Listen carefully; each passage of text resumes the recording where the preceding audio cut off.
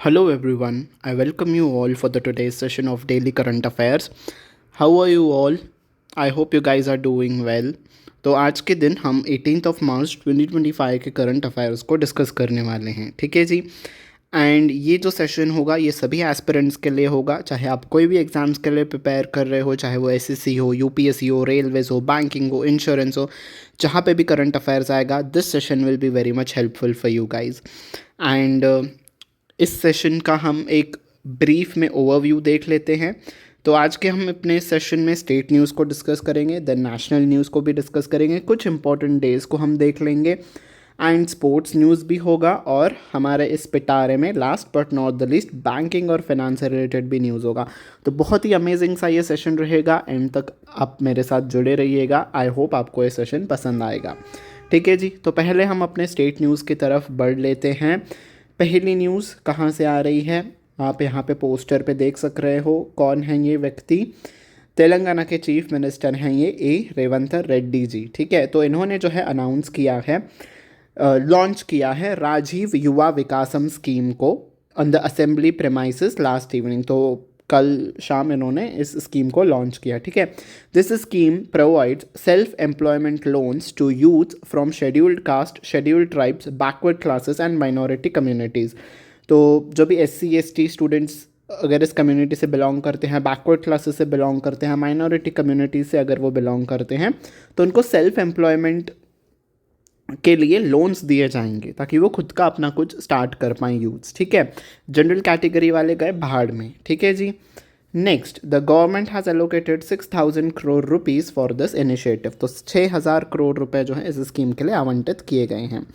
बस मुझे अपने देश से यही एक शिकवा लगता है कि आप सिर्फ कुछ पर्टिकुलर कम्युनिटीज़ के लिए ही स्कीम्स को लॉन्च करते हो, इनिशिएटिव्स लेते हो। What about the general category? क्या जनरल कैटेगरी वाले स्टूडेंट्स स्ट्रगल नहीं करते हैं? उनको एम्प्लॉयमेंट नहीं चाहिए? आपका इस बारे में क्या विचार है? Do let me know in the comment section, okay. Next, कौन है ये व्यक्ति? सुखविंदर सिंह सुक्खू जी हैं, हिमाचल प्रदेश के चीफ मिनिस्टर। इन्होंने प्रेजेंट किया है बजट, और टोटल आउटले क्या था हिमाचल प्रदेश के बजट का? 58,514 crore for the financial year 2025 to 2026। Monday के दिन इन्होंने इस बजट को प्रेजेंट किया इनके स्टेट असेंबली में, ठीक है जी। कोई न्यू टैक्सेस का जो है वो अनाउंसमेंट नहीं किया गया बजट में। In his budget speech the chief minister also announce recruitment of 25,000 positions across various departments during this year. 25,000 भर्तियाँ होंगी हिमाचल प्रदेश में। और additionally the MLA priority fund limit, तो MLA प्रायोरिटी फंड की जो लिमिट थी उसको इंक्रीज़ कर दिया गया है। पहले 195 करोड़ रुपीज़ था, अब 200 करोड़ रुपीज़ इसे कर दिया गया है, ठीक है। तो ये कुछ मुख्य हाइलाइट्स थी हिमाचल प्रदेश के बजट की। तो जो भी स्टेट PCS वाले एग्ज़ाम हिमाचल प्रदेश से एस्पिरेंट्स देख रहे हो, स्टेट PCS जो भी अटेम्प्ट करने वाले हो, उनके लिए this news becomes super important. तो अगर आपको इन डेप्थ एनालिसिस चाहिए तो आप कोई भी एक आर्टिकल को पढ़ सकते हो, बजट के बारे में आपका सब कुछ कवर हो जाएगा, ठीक है। बाकी ये सारी चीज़ें तो ध्यान में रखनी ही है, ठीक है जी। नेक्स्ट, कौन है ये व्यक्ति? हरियाणा के चीफ मिनिस्टर नयाब सिंह सैनी जी ने प्रेजेंट किया है बजट को, और हरियाणा का बजट का टोटल आउटले था 2,05,017 crore for the financial year 2025-2026। तो 2025-26 के लिए इन्होंने भी हरियाणा के स्टेट असेंबली में बजट को प्रेजेंट किया, ठीक है। बजट प्रेजेंट करते हुए उन्होंने कुछ इन्फॉर्मेशन दी। ये कहा कि जो स्टेट की GDP है वो ग्रो कर रही है एट एन एवरेज 10.8% के रेट से वो ग्रो कर रही है, और जो पर कैपिटा इनकम है वो 9.1% से ग्रो कर रहा है, ठीक है। तो हरियाणा स्टेट PCS के एग्ज़ाम के जो भी एस्पिरेंट्स हैं, this news is super important for you guys, ठीक है जी। He said that 2014-15 per capita income of Haryana, per capita income यानी कि हर एक व्यक्ति की आय 1,47,382 थी, जो कि 2024 टू 2025 आते आते बढ़ के जो है वो 3,53,182 हो गई है, ठीक है जी। I hope this news is clear to. बस यहाँ पे फैक्ट्स एंड फिगर्स को जो है वो प्रेजेंट किया गया है। नेक्स्ट न्यूज़ कहाँ से आ रही है? मद्रास से आ रही है। डॉक्टर वी नारायण, जो कि चेयरमैन हैं इंडियन स्पेस रिसर्च ऑर्गेनाइजेशन यानी कि ISRO के जो हमारे चेयरमैन हैं वी नारायण जी, इन्होंने लॉन्च किया एक न्यू रिसर्च सेंटर को। कहाँ पे? इंडियन इंस्टीट्यूट ऑफ टेक्नोलॉजी यानी कि IIT मद्रास में, ठीक है। तो आईआईटी मद्रास में इन्होंने एक न्यू रिसर्च इंस्टीट्यूट को जो है वो ओपन किया है। ज़्यादा इसमें कुछ समझने वाली बात नहीं है। तमिलनाडु का जो टेक्स्ट बुक और एजुकेशन सर्विसेज कोऑपरेशन है, इन्होंने एक एग्रीमेंट में एंटर किया है with 20 renowned national and international publishers. National और इंटरनेशनल पब्लिशिंग हाउसेस के साथ इन्होंने एग्रीमेंट साइन किया है, जिसमें ऑक्सफोर्ड यूनिवर्सिटी प्रेस है, ब्लूम्सबर्ग पब्लिशिंग है, पेंगुइन बुक्स है। तो ये सारे रिनाउंड फेमस पब्लिशर्स हैं जो कि बुक्स को पब्लिश करते हैं। तो क्यों तमिलनाडु के जो टेक्स्ट बुक कमेटी है, कोऑपरेशन है, इन्होंने क्यों इनके साथ एग्रीमेंट किया है, ताकि उनके जो तमिलनाडु गवर्नमेंट के अंडर में जो बुक्स आते हैं वो ट्रांसलेट हो पाएँ, ठीक है, अलग अलग लैंग्वेजेस पे ट्रांसलेट हो पाए, शायद तमिल से इंग्लिश में वो ट्रांसलेट हो पाए। इस लिहाज से इन्होंने इनके साथ एग्रीमेंट साइन किया है, ठीक है। The state government has allocated 10 crore rupees for the project in the budget. तो इस ट्रांसलेशन के लिए 10 करोड़ रुपए जो है वो आवंटित किए गए थे तमिलनाडु के बजट में, ठीक है जी। नेक्स्ट, अब हम तमिलनाडु से कहाँ पे चल रहे हैं, हम कर्नाटका घूम आते हैं, ठीक है। तो कर्नाटका के गवर्नर ने प्रेजेंट किए हैं certificates to scouts and guides cadets in Bengaluru yesterday. तो जो स्काउट्स एंड गाइड्स आपके स्कूल में भी होता होगा, राइट, स्काउट्स एंड गाइड्स जो आप ऐसे यूनिफॉर्म पहन के जाते थे एक किसी पर्टिकुलर डे के दिन, देन आपको सुबह मार्च करवाया जाता था, परेड करवाया जाता था, राइट, यस। और आपके कैप के ऊपर एक ऐसा फेदर लगा हुआ रहता था, हाँ। तो yes, scouts and guides. Nostalgic हो गए होंगे आप लोग वो सारे दिन याद करके हुए, बट नॉस्टैल्जिक सिचुएशन से अब यहाँ पे करंट अफेयर्स पे वापस आ जाइए।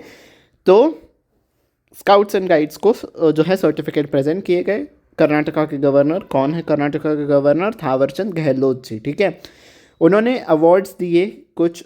ही अवॉर्डेड चतुर्थ चरण हिराक पंख राज्य पुरस्कार certificates to cubs, Bulbul, scouts and guides, rovers and rangers during the ceremony at Rajya Bhavan. तो इन सभी लोगों को जो है वो अवार्ड्स दिए गए।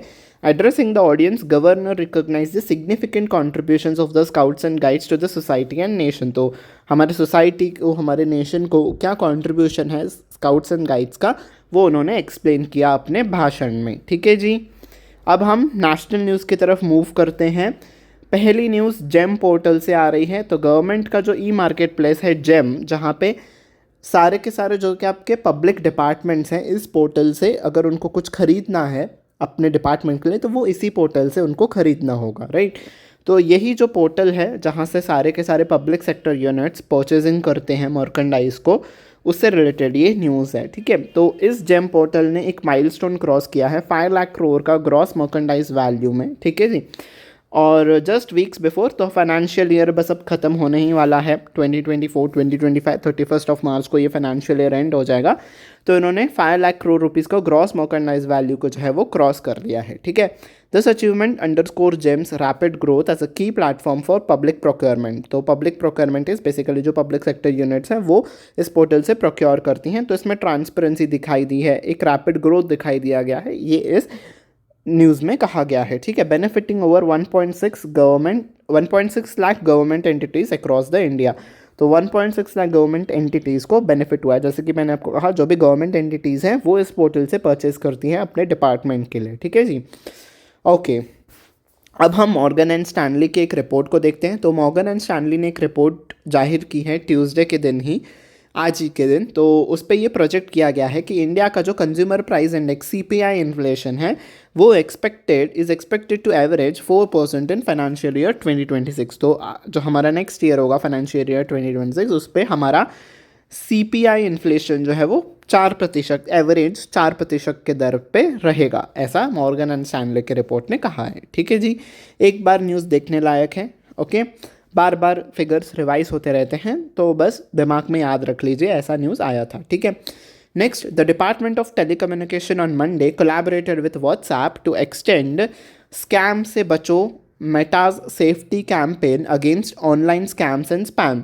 तो व्हाट्सएप जो है उसकी पेरेंट कंपनी मेटा है, राइट। फेसबुक की भी पेरेंट कंपनी मेटा है।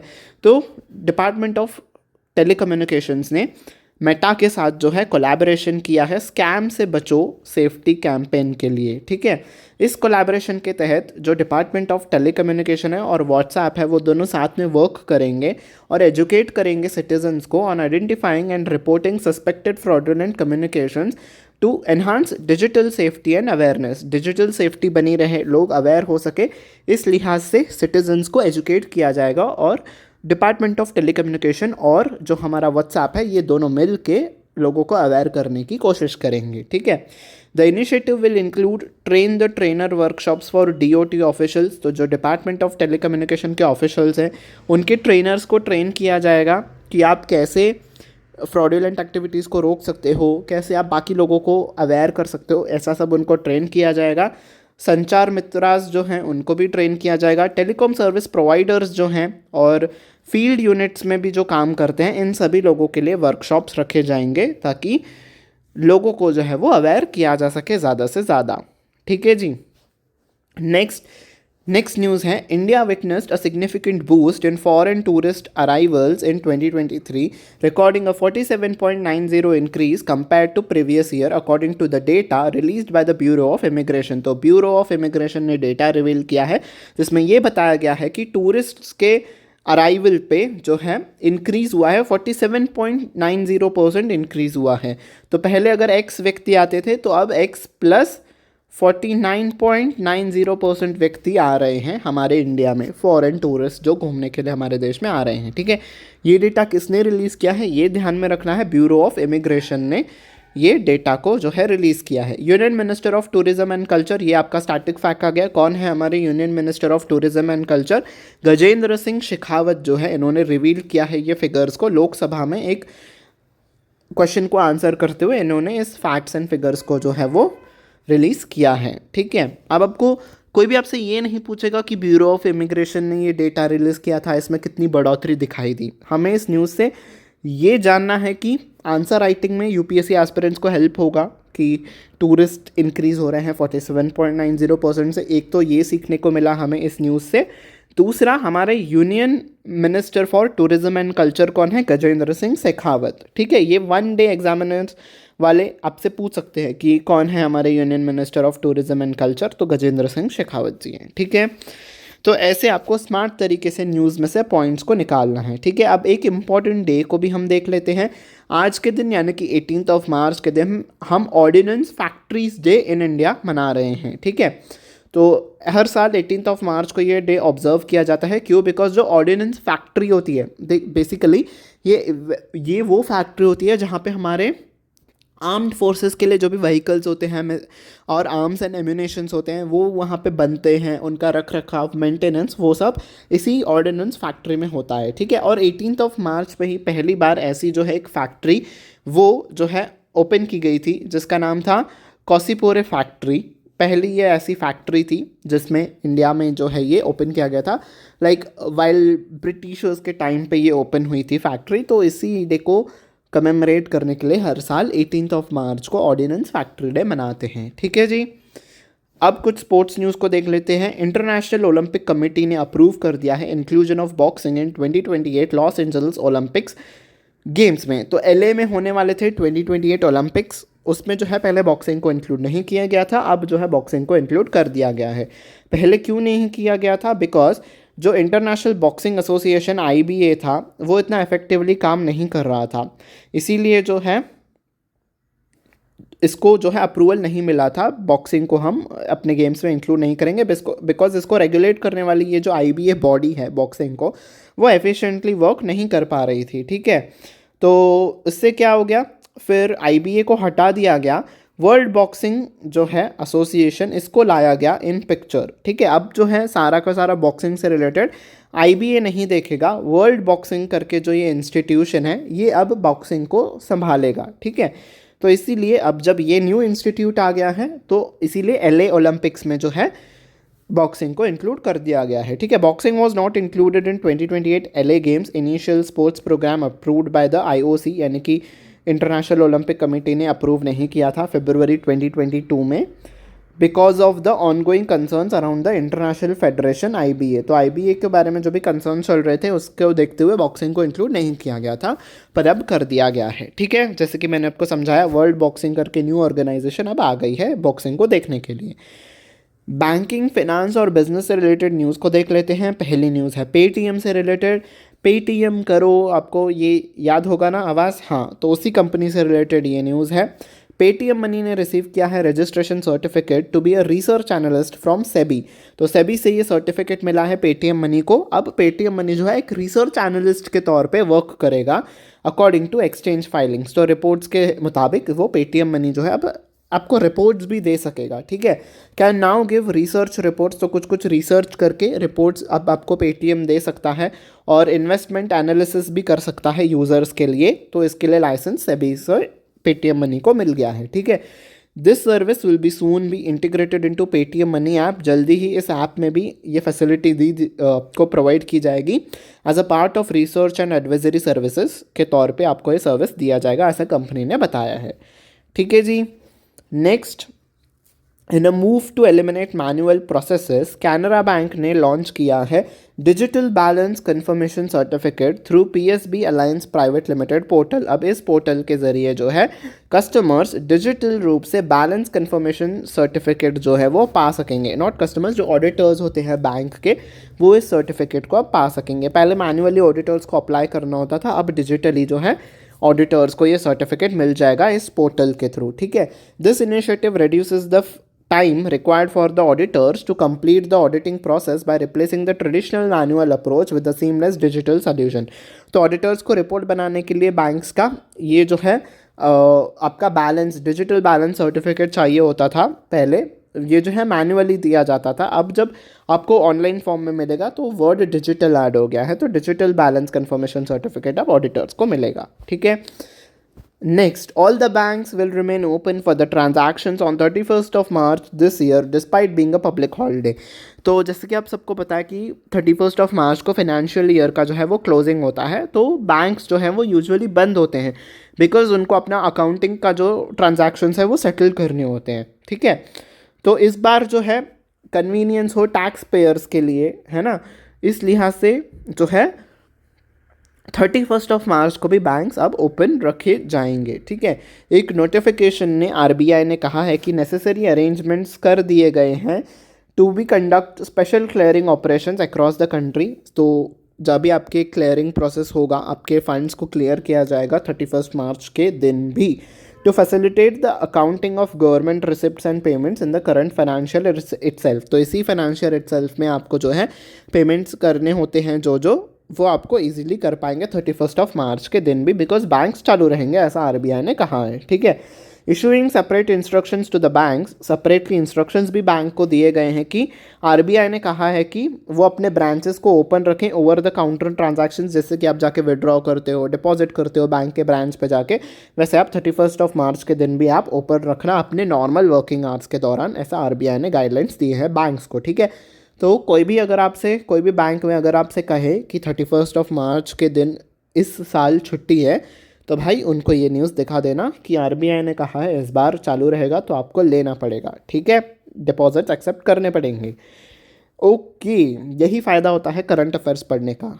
ठीक है जी, तो yes, thank you very much, that was the last piece of news. I hope आपको ये सेशन पसंद आया हो। अगर आपको ये सेशन पसंद आया हो तो लाइक बटन पे प्रेस कर देना। ठीक है, शेयर कर देना अपने सारे फ्रेंड्स के साथ। कमेंट सेक्शन में बताना आपको ये सेशन कैसा लगा। अगर आप चाहते हो कि कुछ एडिशंस किए जाएं तो क्या एडिशंस हो सकते हैं वो भी मुझे बताना। अगर आपको कोई तरीका पसंद नहीं आया है समझाने का तो वो भी आप बता सकते हो। I will try to improve it. Last but not the least, subscribe button पे प्रेस कर देना, बेल आइकन पे भी प्रेस करना, ताकि आने वाले क्लासेस की नोटिफिकेशन आपको टाइम टू टाइम मिलती रहे। ठीक है, on this note I take your leave until we meet next time. Take very good care of your self. Bye bye everyone.